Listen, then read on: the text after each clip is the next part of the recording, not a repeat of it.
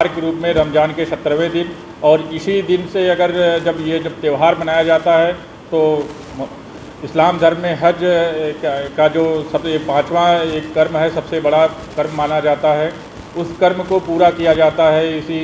ईद उल अज़हा के त्यौहार के दिन। तो हम लोग जब इस त्यौहार को मनाते हैं तो अभी कई लोगों ने बोला कि कुर्बानी का गोश्त नहीं होता, ये एक प्रसाद के रूप में है, इसको गोश्त के रूप में हम लोग न रखें, क्योंकि अगर गोश्त ये नहीं है, ये प्रसाद के रूप में डिस्ट्रीब्यूट होता है। हम लोग अपने सबसे प्रिय चीज़ को कुर्बान करते हैं तो उस प्रतीक के रूप में हम लोगों को रखना है। और उसी भावना से अगर जो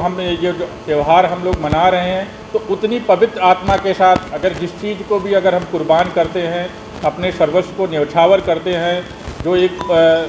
परवरदिगार हैं जिनको हम लोग मानते हैं, अल्लाह ईश्वर जो मान करके हम लोग करते हैं, तो उसको अगर हम कर रहे हैं तो उसमें कोई भी ऐसा कृत्य अगर हम करते हैं जो शासन प्रशासन या जो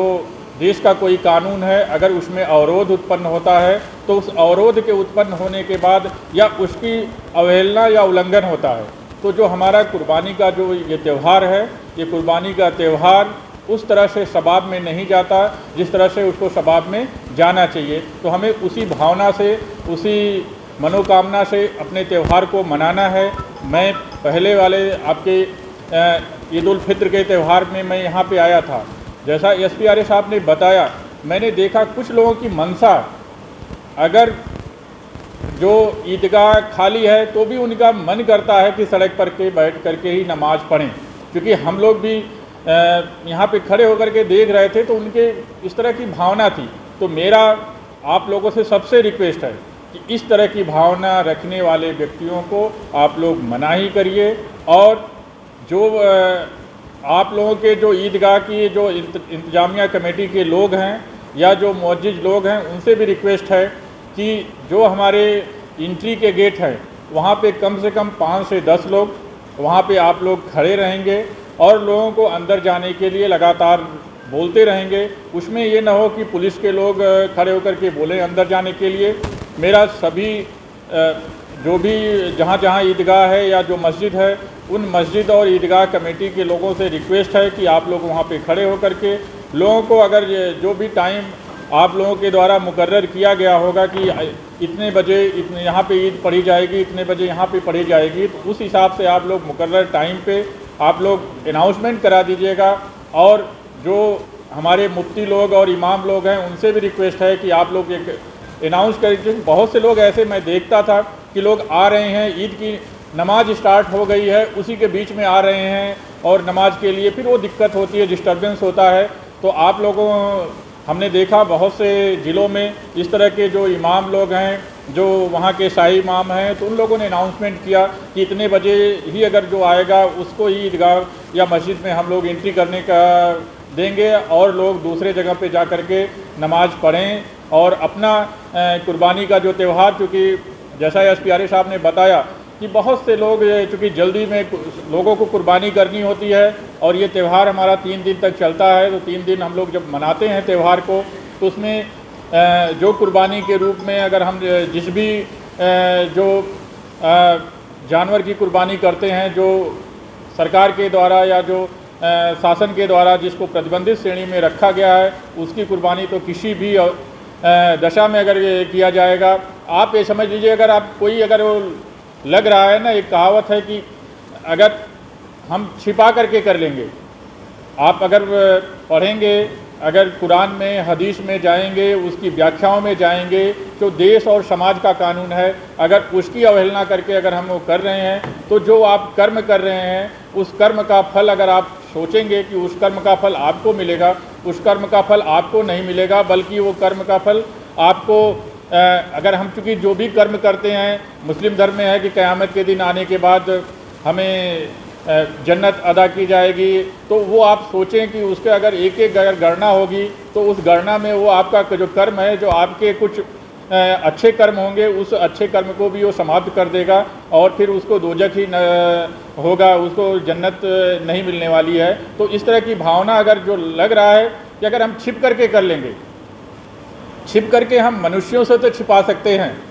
हम मनुष्य से तो छिप सकते हैं और देश के, समाज के, पुलिस से छिप करके कर सकते हैं, लेकिन ऊपर वाले से हम छिप करके देश और समाज के कानून की अवहेलना नहीं कर सकते। तो सबसे रिक्वेस्ट है कि जो भी देश और समाज के कानून हैं उनका अनुपालन आप लोगों को करना पड़ेगा, उसका करिए, तभी जो अल्लाह के लिए जो आप इबादत करते हैं उसका फल आप लोगों को मिलेगा। और सभी से रिक्वेस्ट है कि आप लोग जहाँ पे भी आप लोग नमाज अदा करें तो कोई भी ऐसा, मैं सड़क की बात नहीं कर रहा हूँ, कोई भी ऐसा सार्वजनिक प्लेस पे ना करें जिससे कि लोगों को दिक्कतें हों, लोगों को आवागमन में परेशानी हो। तो उस तरह की भावनाओं को हम लोग रोकें। और अगर आप कहीं पे भी अगर नमाज, मतलब ये नहीं है कि नमाज अगर हम कर रहे हैं कि ईदगाह में कर रहे हैं, मस्जिद में कर रहे हैं, इकट्ठे होकर के कर रहे हैं, ऐसा नहीं है। अगर बहुत सी अगर स्थिति आपकी वैसी नहीं है तो आप कहीं पे भी अगर आप नमाज, अपने घर में भी नमाज पढ़ करके अगर आप सच्चे दिल से अगर दुआ मांगेंगे तो दुआ आपकी कबूल होगी। ऐसा नहीं है कि उस दुआ को कबूल होने में आपका ईदगाह और आपका मस्जिद ही है। अगर कोई दिक्कत हो रही है तो आप वहाँ पे भी कर सकते हैं। अभी जो कोविड आया था, आप लोग देखे होंगे, कोविड के दौरान लोगों ने अपने घरों में ही नमाज पढ़ी, ईद का भी त्यौहार मनाया, और ईद उल अदा का भी त्यौहार मनाया। सभी त्यौहार हम लोग घर में ही मनाए हैं देश और समाज के कानूनों को मानते हुए। तो ऐसा नहीं है कि उसका सवाब आप लोगों को नहीं मिल रहा है, सवाब तो उसका भी मिलेगा और अच्छे से मिलेगा। तो हमें इस तरह की कोई भी भावना को नहीं रखना है। और जो भी अगर आप लोग जिस भी कुर्बानी जिस पशु की कर रहे हैं, उस पशु को कुर्बानी खुले स्थल में आप नहीं करेंगे, क्योंकि बहुत से, मतलब मैं नहीं कहता कि हिंदू और मुस्लिम में भी बहुत से बच्चे हैं। देखिए, अगर किसी अगर जानवर की कुर्बानी अब करते हैं, अगर छोटा बच्चा देखता है तो उसके ऊपर भी, मतलब अगर मृत्यु के समय अगर देखने पे उसको भी मतलब डर की भावना उत्पन्न होती है। तो हमें इस तरह के जगह पे कुर्बानी नहीं करनी है जिससे कि कोई भी व्यक्ति भयभीत हो। और जो अगर हम कुर्बानी कर रहे हैं उससे जो उसका प्रसाद आप लोग निकलता है, तो बहुत से लोग अलग अलग टाइम पे 3 दिन इसलिए करते हैं, एक दूसरे को जो उसका प्रसाद वितरण करते हैं। तो प्रसाद वितरण में भी हम लोग सावधानी रखें कि इस तरह से न हो कि कहीं खुले में लेके जा रहे हैं। अगर खुले में आप लेके जाओगे तो उसमें मक्खियाँ और विभिन्न तरह की, मतलब जो हैं उससे प्रदूषित होगा। तो प्रदूषित होगा, जो आपका जो प्रसाद है वही खंडित हो जाएगा, उसका वो सवाब मिलेगा नहीं। और कुर्बानी ये नहीं है कि अगर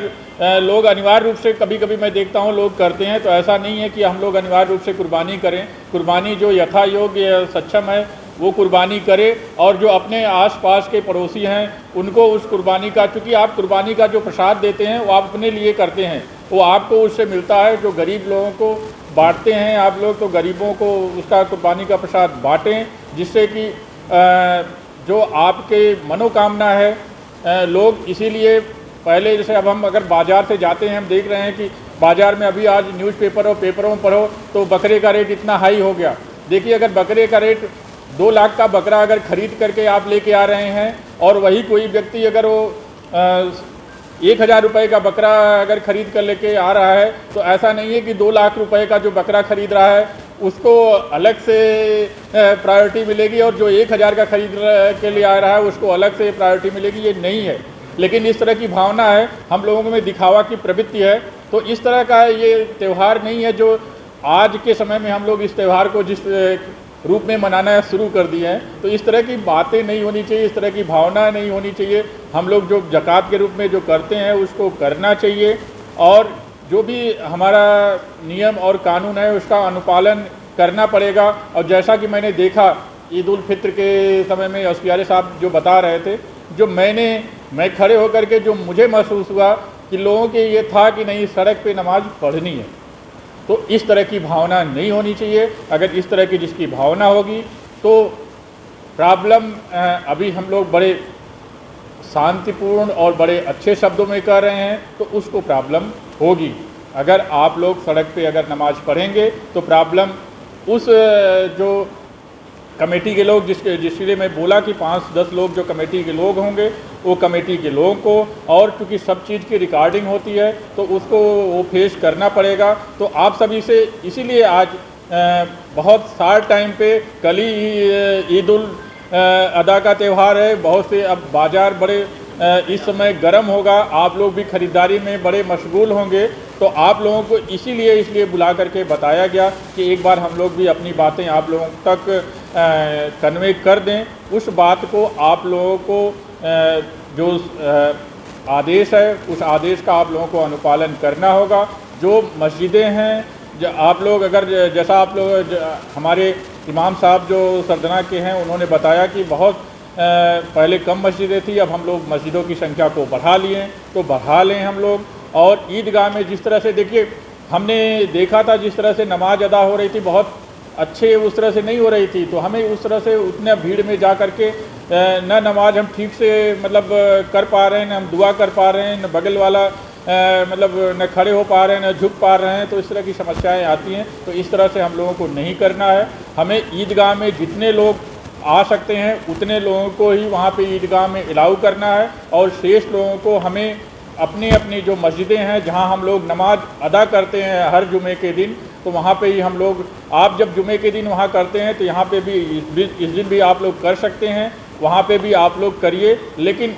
सड़क पे किसी भी स्थिति में नहीं होना चाहिए। मस्जिद में किसी भी स्थिति में, अगर मस्जिद में हम लोग पढ़ रहे हैं तो वहाँ पे भी सड़कों पे नहीं होना चाहिए। जो गांव की तरफ मैं आ रहा था, जो एक खिरवा की तरफ एक गांव है, वहाँ पे भी मुझे लगा कि वहाँ पे भी सड़क पे नमाज होती, मतलब सड़क तक लोग आ जाते हैं। तो रिक्वेस्ट है कि वहाँ पे भी इस तरह का सड़क को बाधित हमें नहीं करना है। मान लीजिए आप सड़क बाधित कर रहे हैं, पुलिस लगी है,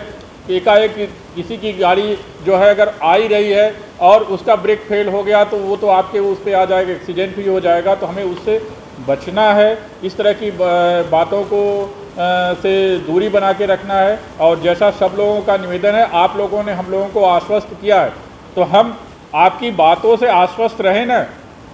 हम आश्वस्त रहें 100%।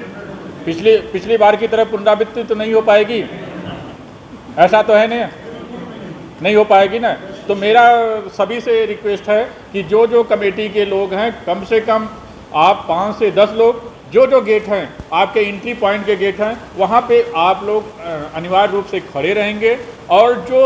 लड़के और बुजुर्ग आ रहे हैं उनको अंदर जाने के लिए बोलते रहेंगे। वहाँ पुलिस और प्रशासन के लोगों को बोलने की ज़रूरत न पड़े, ये आप लोग खड़े होकर के बोलें, क्योंकि अगर आप नहीं बोलेंगे तो फिर हमको बोलना पड़ेगा, और हम बोलेंगे तो फिर तो आप लोगों को थोड़ा लगेगा कि क्यों बोल रहे हैं। तो इसलिए आप लोगों से रिक्वेस्ट है कि आप लोग जो मतलब ईदगाह हैं वहाँ पे 5 से 7 लोगों को खड़े करके उन लोगों को अंदर जाने के लिए आप लोग कर दें। और जैसा पिछली बार हुआ है, पिछली बार की तरह न होना चाहिए। इस बार हम लोग ईदगाह के अंदर ही मतलब नमाज को पढ़ें और वहाँ पे ही करें, और जो टाइम आप लोग फिक्स करें उस टाइम से लोगों को 5 से 10 मिनट पहले ही रोक दें, कि लोग आते रहते हैं, उसी भीड़ में एक नमाज स्टार्ट हो गई, वो खुद नमाज में विघ्न पैदा करते हैं। तो वो उन लोगों को आप लोग बता दें कि अगर 7:30 पर नमाज हो रही है तो 7:20 पे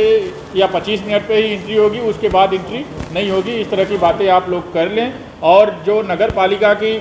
हमारी टीम है, जैसा बताया गया, देखिए आप लोग, क्योंकि हम लोगों ने देखा है जो कुर्बानी के बाद जो उसके अवशेष होते हैं, अवशेषों को डिस्पोजल में दिक्कत होती है, चारों तरफ इधर उधर मतलब बिखर जाते हैं, तो उसमें चील और कुत्ते लग जाते हैं, इधर उधर उसको बिखेर देते हैं। तो नगर पालिका की अगर आप लोगों ने 4 टीम पहले लगाते रहे हो तो आप 6 लगा दीजिए, 8 लगा दीजिए। और ये सरदना में भी हो, ये हर्रा, खिवाई और जो हमारी जितनी नगर पंचायतें हैं वहाँ पे भी है, और ग्रामीण एरिया में भी हम लोग वीडियो के माध्यम से और प्रधान जी और उन लोगों से माध्यम से कर देंगे। जो भी डिस्पोजल हो हम लोग खुदवा दें, और खुदवा करके उसको अंदर वहाँ पे पन्नी डाल करके उसमें डिस्पोजल करवा दें। वहाँ पे नमक और जो इस व्यवस्था है उसको भी डाल करके उसे मिट्टी से बाकायदे ढकवा दें। और जो हमारी ईदगाह है, जितनी ईदगाहों में साफ़ सफाई, और जो मस्जिदें हैं वहाँ पे भी साफ़ सफाई करवा दिया, चूने का छिड़काव हम लोग करवा दें। ये अनिवार्य रूप से हो जाना चाहिए। ये ना हो कि कहीं पे भी इस तरह की लापरवाही हो। और पानी की भी नगर पालिका जहाँ पे व्यवस्था करती है तो पानी अनवरत रूप से चलना चाहिए कि अगर पानी अगर नहीं आता तो दिक्कत होती है। एक तो बहुत तड़के से ही पानी स्टार्ट हो, लोग क्योंकि स्नान करके ही नमाज़ पढ़ने जाते हैं, तो वो हो जाना चाहिए। और दोपहर में भी जो अगर कुर्बानी हम लोग करते हैं तो कुर्बानी के दौरान जो ब्लड आता है, तो ब्लड भी अगर नालियों में अगर उस तरह से जाता है तो पानी की व्यवस्था पर्याप्त रूप से और लगातार होनी चाहिए। अगर आपका पानी का सिस्टम अगर कोई फिक्स टाइम है तो फिक्स टाइम को तोड़ करके तीनों दिन, ये नहीं कि एक ही दिन, और जो कल ही नहीं होना चाहिए। ये जो नगर पालिका की टीम, नगर पंचायत की टीम हमारी लगी है, वो कल भी करेगी, परसों भी करेगी, नरसों भी करेगी, क्योंकि कुर्बानी 3 दिन होती है तो तीनों दिन हम लोगों को व्यवस्था रखनी है। क्योंकि नमाज कल ही होती है तो मस्जिद और ईदगाहों में वो व्यवस्था हम लोग कर लें कि कहीं पे इस तरह की कोई ये समस्या नहीं हो कि वहाँ साफ़ सफाई नहीं है, या कहीं पे अगर लाइट की दिक्कत है तो उस लाइट को भी हम लोग सही करवा लें कि अंधेरा कहीं न रहे, कोई आने जाने में कहीं दिक्कत ना हो। आप लोग भी, हम लोग अपने तरह से तैयारी पूरी करेंगे, आप लोग भी अपना ध्यान रखें। अगर किसी भी तरह की किसी को कोई अगर समस्या आ रही है, कोई दिक्कत आ रही है, अगर कोई असामाजिक तत्व अगर कोई उसमें बात कर रहा है तो उसको भी हम लोगों को बता दें, हम लोग उसका तत्काल निदान भी करेंगे। और अगर कोई इस तरह का अगर कोई कृत्य करेगा उसके ऊपर कठोर कार्रवाई भी की जाएगी। धन्यवाद। सही खबर यूट्यूब चैनल पर 100% सच दिखाने का प्रयास। आपका सहयोग व मार्गदर्शन जरूरी।